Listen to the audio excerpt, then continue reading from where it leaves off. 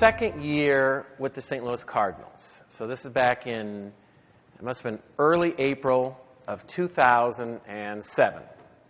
And I'd been working with a player for now, this is going into the second year. Now this player, a very, very successful career. He's a lifetime 280-plus hitter. Okay, now if you're not a baseball fan, all that means is he does really well with the bat in his hand, so well that if he can continue to produce those results, he can play as long as he wants in the major leagues.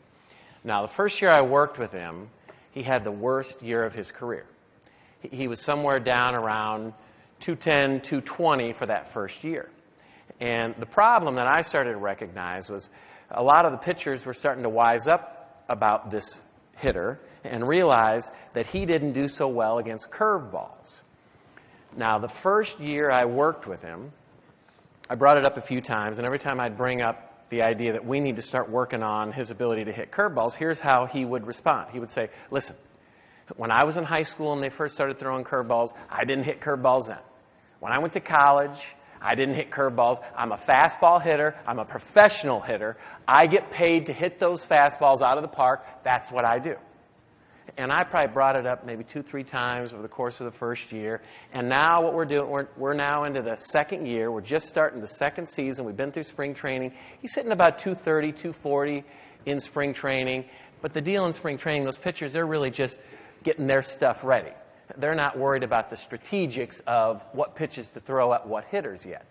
And I know that the word's out on this guy that he's not doing so well against curveballs, and he's about to see, again, a very steady stream of curveballs coming his way.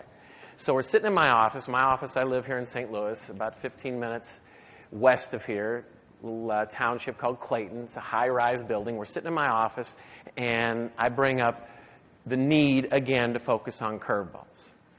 And again, here's what he says, is that when I was in high school, they first started throwing me curveballs. I didn't hit curveballs then. Went to college. I didn't hit curveballs then. I'm a professional fastball hitter. That's what I do. I hit fastballs out of the park. I said, that's wonderful. But the deal is, they're not going to throw you fastballs anymore, and they're going to throw you a whole bunch of curveballs, and if you don't get this figured out, we're both going to get fired.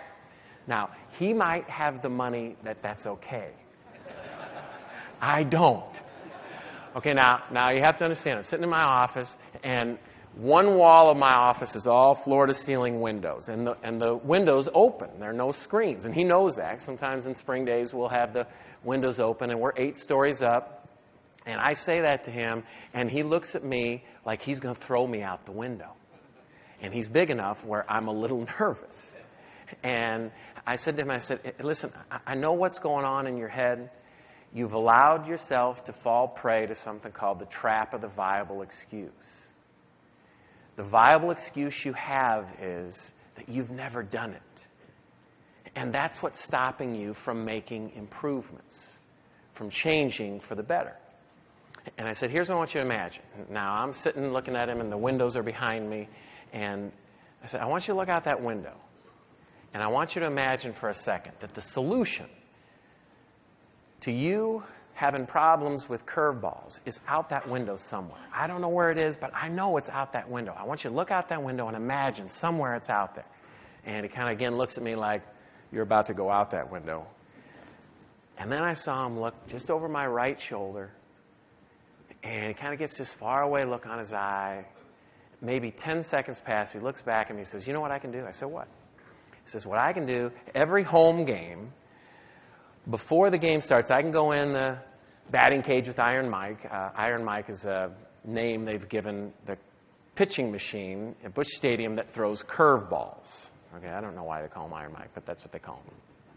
He says, I can go against Iron Mike every home game. I can stand in the box and see 10 pitches, 10 curveballs without a bat in my hand, just starting to look at the recognition. And then what I can do is I can take 10 cuts against it. I say, you think it'll work? He says, it can't hurt. All right, so a year of focusing on 20 extra pitches a day on home games against Iron Mike, the pitching machine. And this guy's batting average, the year before, he had gone 100 against curveballs, 212, 213, I think is where he finished the season. A year later, putting energy into one change, 20 pitches every home game, He's now doubled what he hits against curveballs. He's now hitting 200. He's still not lighting the world up, but he's doing so much better. And his overall batting average is up to 280 plus. Now, if you're not a baseball fan, you hit 280 plus, you can play in the major leagues as long as you want.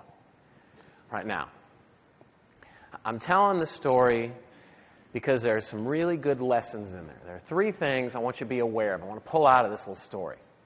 One, here's, unfortunately, something I know.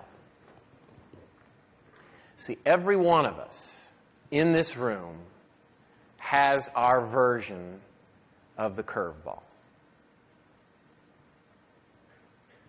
And again, the curveball is that excuse, that blind spot, if you will, that stops us from searching for improvement, for making positive change.